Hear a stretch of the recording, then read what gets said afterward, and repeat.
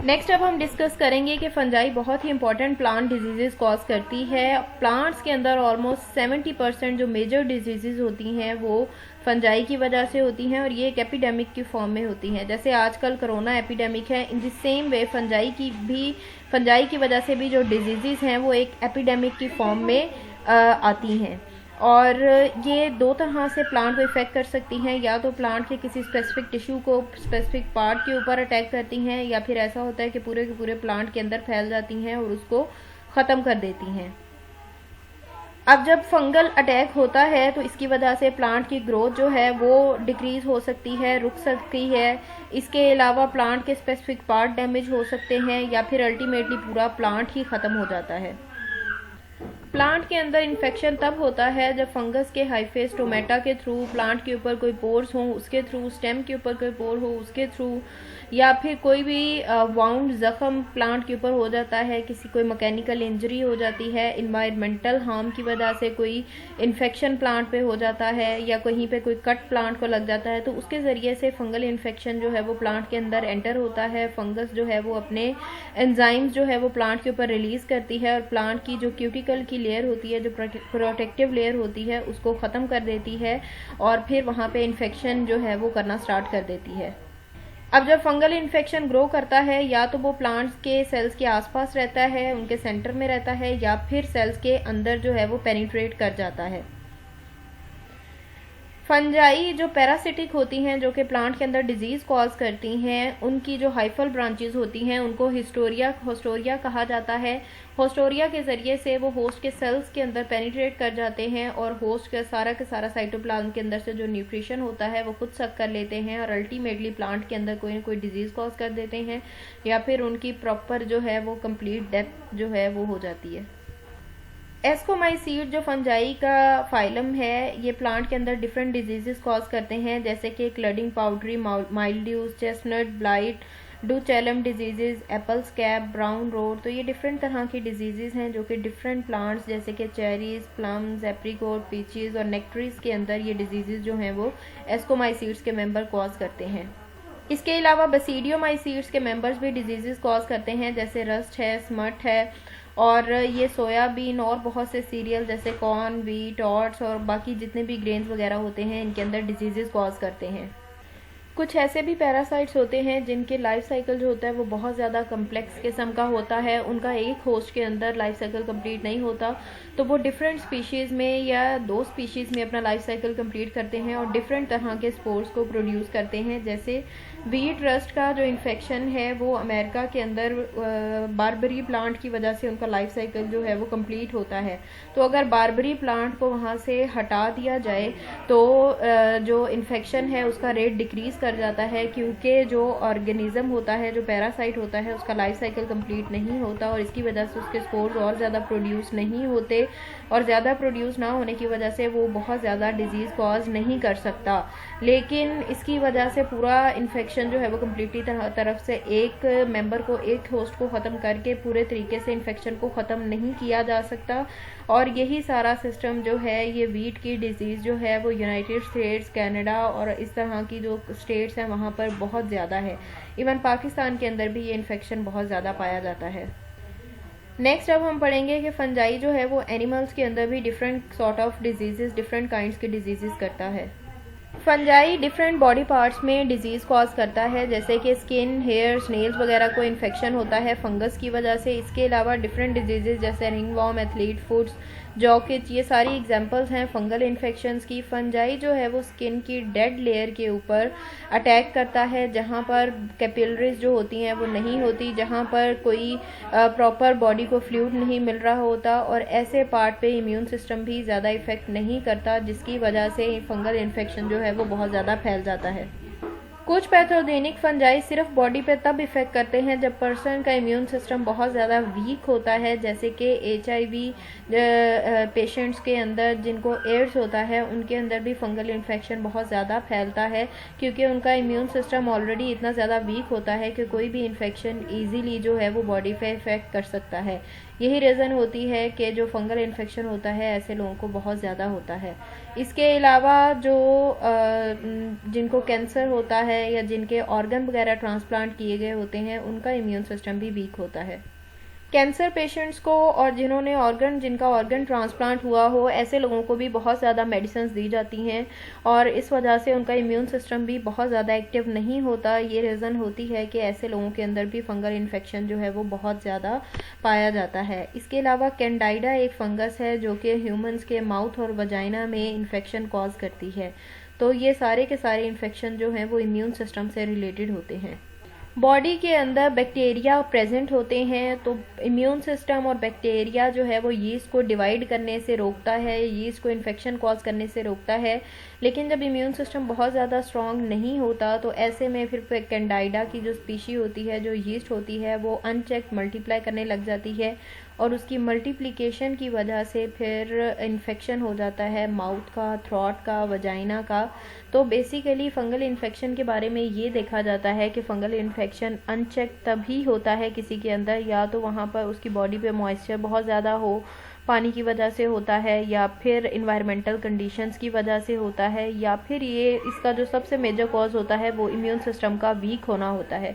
क्योंकि जब किसी का इम्यून सिस्टम स्ट्रांग नहीं होता तो उसको बहुत ज़्यादा इन्फेक्शन होते हैं। इम्यून सिस्टम ऐसा सिस्टम होता है जो कि किसी भी ऑर्गेनिज्म को बीमारियों से बचाता है, हमेशा उसकी हेल्पफुल करता है। जिसका इम्यून सिस्टम जितना ज़्यादा स्ट्रांग होता है उसको उतनी ही कम बीमारियां होती हैं। जिसका इम्यून सिस्टम जितना ज़्यादा वीक है उसको हर छोटे बात पे इन्फेक्शन हो जाता है। कुछ ऐसे भी फंगल इन्फेक्शन होते हैं जो बॉडी के इंटरनल टिश्यूज़ और ऑर्गन्स के थ्रू पूरी बॉडी में फैल जाते हैं। जैसे हिस्टोप्लाज्मोसिस एक एग्जांपल है। ये एक ऐसा इन्फेक्शन है जिसमें लंग्स जो है वो इफ़ेक्टेड होते हैं। फंगस के स्पोर्स जो कि बर्ड्स ड्रॉपिंग्स वगैरह के अंदर, बर्ड्स के वेस्ट मटेरियल में होते हैं। बर्ड्स के जो फ्लूइड निकलता है, चाहे उनकी माउथ से निकलता है, चाहे उनका वेस्ट मटेरियल होता है, तो उससे जितने भी वो ड्रॉपिंग्स होते हैं उसके अंदर फंगस के स्पोर होते हैं। तो अगर ह्यूमंस या फिर बाकी एनिमल्स जो हैं उन स्पोर्स को इनहेल कर लेते हैं इन्वायरमेंट से, तो फिर ऐसे इनकी वजह से इन्फेक्शन जो है वो लंग्स में होता है और फिर बॉडी में फैल सकता है। लेकिन इसके ज़्यादातर चांसेस यही होते हैं कि लंग्स तक ही इन्फेक्शन रहता है और सिर्फ लंग इफेक्टेड होते हैं। लेकिन बाज़ केसेस में ऐसा भी होता है कि ब्लड कैपिलरीज के अंदर ये इन्फेक्शन फैल जाता है और फिर किसी के लिए ये फैटल भी प्रूव हो सकता है, जानलेवा भी हो सकता है। यूनाइटेड स्टेट्स के अंदर ये इन्फेक्शन बहुत ज़्यादा है। ऑलमोस्ट 40 मिलियन अमेरिकन्स के अंदर ये इन्फेक्शन जो है वो पाया गया है और माइल्ड किस्म का होता है, बहुत ज़्यादा स्वेयर नहीं होता, लेकिन एट टाइम्स जो है वो ये स्वेयर भी हो सकता है। नॉर्मली ये शॉर्ट ड्यूरेशन के लिए लंग्स को इफ़ेक्ट करता है, मेडिकेशन वगैरह लेने से ये ठीक हो जाता है। लेकिन अगर बहुत ज़्यादा फैल जाए तो फिर जब कोई चीज़ ब्लड में फैलती है तो वो पूरे जिस्म में फैल जाती है, तो ये फैटल भी प्रूफ हो सकता है। यहाँ पे डायग्राम में दिखाया गया है कि नेक्टेरिनीज के ऊपर ब्राउन रॉट हुआ है और ये होता है मोनिलीनिया फ्रूटिकोला, और ये एक एस्कोमाइसीट है जो कि इस तरह से इन्फेक्शन कॉज करती है। और यहाँ पर भी डायग्राम के अंदर दिखाया गया है, इसके अंदर दिखाया गया है कि कॉर्न के ऊपर किस तरह से स्मट की डिजीज़ जो है वो अटैक करती है। ये ऊपर आउटग्रोथ आपको नज़र आ रही है कि कॉर्न के ऊपर किस तरह से आउटग्रोथ सी बन गई है। अस्टिलागो मेडिस ऑर्गेनिज्म होता है, ये बेसिडियोमाइसीट से बिलोंग करता है। ये कॉर्न के अंदर इस डिजीज़ को कॉज करता है। कुछ ऐसे भी फंजाई होते हैं, फंजाई की कुछ ऐसी भी टाइप्स हैं जो कि पॉइजनस कंपाउंड्स को प्रोड्यूस करती हैं, और ये पॉइजनस कंपाउंड जो हैं कलेक्टिवली कहलाते हैं मिक्सोटॉक्सिन्स। कुछ स्पीशीज़ हैं अस्परजिलस की फॉर एग्जांपल जो कि मिक्सोटॉक्सिन्स प्रोड्यूस करते हैं, और ऐसे मिक्सोटॉक्सिन्स को एफ्लाटॉक्सिन्स कहा जाता है। और ये ऐसे मटेरियल होते हैं, ऐसे केमिकल्स होते हैं जो कि लीवर से रिलेटेड डिजीज़ कॉज करते हैं। इसके अलावा इसके अंदर कैंसर कॉजिंग एजेंट्स भी प्रेजेंट होते हैं। और एफ्लाटॉक्सिन प्रोड्यूसिंग जो फंजाई होती हैं, ये जिन फूड्स के ऊपर प्रोड्यूस होती हैं, ये नॉर्मली अपनी ग्रोथ जो है वो पिनट्स, पीकन, कॉर्न और बाकी जितने भी ग्रेन्स वगैरह होते हैं उनके ऊपर ग्रो करती हैं। इसके अलावा और भी फूड्स होते हैं जिनके अंदर एफ्लाटॉक्सिन के कुछ जो है वो थोड़ा बहुत जो है पाए जाते हैं। उसके अंदर मिल्क है, एग्स हैं, मीट है, तो इन सारी चीज़ों के अंदर एफ्लाटॉक्सिन के कुछ कंपोनेंट जो हैं वो पाए जाते हैं। और जानवरों के अंदर जब जानवर चारा खाते हैं और उसके ऊपर जो है इस तरह का कोई केमिकल प्रेजेंट होता है, एफ्लाटॉक्सिन प्रेजेंट होता है, तो उसके ज़रिए से जानवरों की बॉडी के अंदर जो है वो डिजीज़ जो है वो चली जाती है। अगर ये बात की जाए कि कम्प्लीटली तौर पे एफ्लाटॉक्सिन्स को अवॉइड किया जा सकता है, तो ये पॉसिबल नहीं है, क्योंकि नॉर्मली फीड सबने करना होता है, चाहे ह्यूमंस हैं चाहे एनिमल्स हैं, तो सबने कुछ ना कुछ तो खाना ही होता है। तो कम्प्लीटली तौर पे इस चीज़ को अवॉइड नहीं किया जा सकता, लेकिन इसके इफ़ेक्ट को मिनिमाइज़ लाजमी किया जा सकता है कि एक्सपोजर कम से कम किया जाए। जिस भी चीज़ के ऊपर, जिस भी फूड के ऊपर थोड़ा सा भी डाउट हो तो उसको ना खाया जाए। जैसे अक्सर ऐसा घरों में होता है कि कोई चीज़ थोड़ी सी ख़राब हो तो जिस हिस्से से ख़राब होती है उतना हिस्सा फेंक के बाकी का खा लिया जाता है कि ये तो ठीक है, अभी आधे पे फैली थी, आधी नहीं फैली थी।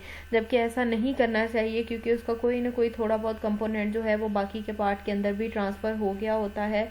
और जब पर्सन जो है वो उसको सही समझ के खाता है तो उसकी बॉडी के अंदर वो डिज़ीज़ हो जाती है। तो इसलिए जिस चीज़ के ऊपर भी थोड़ा सा भी डाउट हो तो उसको नहीं खाना चाहिए। इसी तरह जानवरों के केस में भी है कि जब उनको चारा वगैरह दिया जाए तो उनके चारा, अगर उनके चारे की जो चारा उन्होंने खाना होता है, अगर उसके ऊपर थोड़ी बहुत भी डिजीज़ नज़र आ रही हो, थोड़ा बहुत भी उसका कलर ख़राब हो या किसी चीज़ से वो इफ़ेक्टेड हो, तो उसको सिर्फ ये नहीं करना चाहिए कि ख़राब वाले हिस्से को उतार के बाकी को उसको खिला दिया जाए, बल्कि अवॉइड करना चाहिए कि जो डिज़ीज़ कॉजिंग क्रॉप्स होती हैं या फील्ड्स होती हैं वहाँ से अवॉइड किया जाए।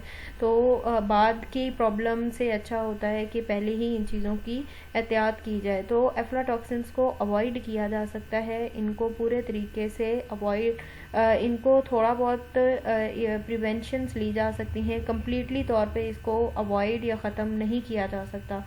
तो इसके लिए जितनी जो है वो पॉसिबल प्रिकॉशंस ली जा सकती हैं वो लेनी चाहिए। फंजाई की वजह से बिल्डिंग सिंड्रोम, सिक बिल्डिंग सिंड्रोम भी हो सकते हैं कि फंगस जहां पर ग्रो कर रही हो उस एनवायरनमेंट के अंदर जो लोग रहते हैं, जिस बिल्डिंग के ऊपर फंगल इन्फेक्शन हो उसके अंदर कोई कितनी देर रहेगा और उसके जितनी देर इनहेल करेगा उतना ही ज़्यादा इन्फेक्शन होने के चांसेस जो हैं वो बढ़ जाते हैं। इससे रिलेटेड क्लेम, इंश्योरेंस वगैरह भी क्लेम किया जा सकता है, जिसमें हैवी किस्म की अमाउंट जो है वो लोगों को पर ईयर दी जाती है। इसके अलावा कंडीशन जिस तरह की होती हैं कि जहाँ कहीं पे मॉइस्चर हो, जहाँ कहीं पे मॉइस्ट कंडीशन हो, वो मोल्ड जो होती है वो घरों में वहाँ ग्रो कर जाती है। जैसे कारपेट्स पे, लेदर की चीज़ों पे, कपड़ों वगैरह पे, वुड इंसुलेशन जैसे घरों में अक्सर काम कराया गया होता है। वुड से रिलेटेड जो है वो कंस्ट्रक्शन जो है वो वुड रिलेटेड कराई जाती है, तो उसके ऊपर फंगल इन्फेक्शन हो सकता है। इसके अलावा फूड जो प्रेजेंट होता है उसके ऊपर फंगल इन्फेक्शन हो सकता है। तो जहाँ कहीं पर भी मॉइस्चर प्रेजेंट होगा एनवायरनमेंट में वहीं पर फंगल इन्फेक्शन जो है वो हो सकता है। इसके अलावा जो मोल्ड स्पोर्स होते हैं, फ्रेगमेंट्स होते हैं और जो मोल्ड रिलेटेड प्रोडक्ट होते हैं वो एनवायरनमेंट में अपना रास्ता खुद ही बना लेते हैं और फिर लोग जब उनको इनहेल करते हैं तो फिर उनको स्वेयर किस्म की इरिटेशन और स्वेयर किस्म की डिजीज़ जो हैं वो हो जाती हैं। तो इससे डिफरेंट तरह के एलर्जिक रिएक्शंस हो जाते हैं और एलर्जिक रिएक्शन के साथ साथ बहुत सी लोगों के अंदर बहुत ज़्यादा इलनेस क्रिएट हो सकती है इसकी वजह से, और बहुत सी डिफरेंट डिजीज़ हो सकती हैं, जैसे हे फीवर हो गया, सेंसिस्टिस हो गया, एस्थमा हो गया, डर्माटिटिस हो गया। और इसमें पर्सन की आंखों के आसपास स्वेलिंग हो जाती है, फीवर हो जाता है, फ्लू हो जाता है, वाटरी आइज़ का इन्फेक्शन, वाटरी आइज़ जो है वो पर्सन में होने लग जाती हैं कि आंखों से पानी आएगा और फीवर बहुत ज़्यादा हो जाएगा। तो इस तरह करके डिफरेंट जो है वो सिम्टम्स नज़र आने लग जाएंगी। तो ये यहाँ पर बताया गया है कि फंगल की वजह से कौन कौन सी प्रॉब्लम्स हो सकती हैं और फंगस अपना रास्ता किस तरह से बनाती है, किस तरह से इसके स्पोर्स एनवायरनमेंट में प्रेजेंट होते हैं, किस तरह से वो चीज़ों को इफ़ेक्ट करते हैं। तो इस तरह से ये फंजाई के बारे में आपको बताया गया है। यहाँ पर इसकी बताया गया है कि एनिमल्स में ये क्या क्या डिजीज़ कॉज करती है, किस किस तरह से करती है, क्या क्या इन्फेक्शन आप लोगों ने जो जो पढ़े हैं उनके नेम्स आपको आने चाहिए। प्लांट्स के अंदर ये क्या क्या डिजीजेस कॉज करती है, एनिमल्स के अंदर क्या क्या डिजीजेस कॉज करती है, एर्गोटिज्म क्या होता है, एर्गट क्या होता है, फंजाई जो है वो बायोलॉजी और मेडिसिन में किस तरह से इम्पोर्टेंट है, फंजाई की वजह से कौन कौन सी मेडिसिन जो हैं वो अब तक बनाई जा चुकी हैं, उन मेडिसिन का क्या क्या असर है, पेनिसिलियम जो है वो किस तरह से डिस्कवर की गई, फंजाई के इकोनॉमिकल लॉसेस क्या क्या हैं, उसके फ़ायदे क्या क्या हैं, ये चीज़ें आपने देखनी है। इसके अलावा आपने देखना है कि फंजाई जो है वो एज अ फूड किस तरह से यूज़ होती है, एज अ बेवरेजेस किस तरह से यूज़ होती है, इन्वायरमेंट में इसकी क्या इंपॉर्टेंस है, इसके पार्ट्स कौन कौन से हैं, इसकी बॉडी किस तरह की होती है, और इसकी ग्रोथ की फॉर्म बेस पे इसकी कौन कौन सी फॉर्म्स हैं, उनके नेम्स क्या हैं, उनकी डेफिनेशंस क्या हैं, सिम्बायोटिक रिलेशनशिप फंगस किस तरह से ग्रीन एल्जी और किस तरह से ग्रीन एल्जी या साइनोबैक्टीरिया का रिलेशन जब फंगस के साथ होता है तो एक फॉर्मेशन बनती है जिसको लाइकन कहते हैं। लाइकन जो है वो as a bio indicator use होता है। लाइकन के अंदर किस किस तरह के पार्ट्स होते हैं, क्या क्या उसकी फंक्शनिंग होती है, किस तरह का रिलेशनशिप शो करता है, कौन से इन्वायरमेंट में पाया जाता है, ये सारा कुछ आपने करना है। एक्टोमाइकोराइजा क्या होता है, एंडोमाइकोराइजा क्या होता है, माइकोराइजल एसोसिएशन किस तरह का होता है, इसके अलावा फंजाई का दूसरे एनिमल्स के साथ क्या क्या रिलेशन है, और फंजाई जो है वो उसकी इकोलॉजिकल इम्पोर्टेंस क्या क्या है, ये सारा आपने देखना है। इसके अलावा इसके यहाँ पे ग्रुप्स के बारे में बताया गया है कि कौन कौन से ग्रुप से फंजाई बिलोंग करती है। इसके अलावा उसकी डाइवर्सिटी के बारे में बताया गया है कि टोटल ग्रुप्स कितने हैं, और इसके अलावा यहाँ पर बताया गया है कि इसकी बॉडी फॉर्म किस तरह की होती है, किस किस एनवायरनमेंट में ये रह सकती है, रिप्रोडक्शन कौन कौन से मेथड के थ्रू कर सकती है, वो मेथड कौन से हैं, उनकी डेफिनेशंस क्या क्या हैं, तो ये इसकी करेक्टरिस्टिक्स क्या है, इसकी बॉडी फॉर्म किस तरह की होती है। तो फंगस से रिलेटेड आपने ये सारी डिटेल करनी है, चाहे वो इसकी करेक्टरिस्टिक्स हैं, चाहे वो इसके इंडस्ट्रियल, मेडिकल, इसके इकोलॉजिकल इम्पोर्टेंस, इसकी जितनी भी इम्पोर्टेंस है वो आपने करनी है। नेक्स्ट अब हम इसके करेंगे कुछ मेंबर्स के बारे में जो आपकी कोर्स आउटलाइन के अंदर डिस्कस किए गए हैं, तो अब हम फर्दर जो है वो उनकी डिटेल करेंगे।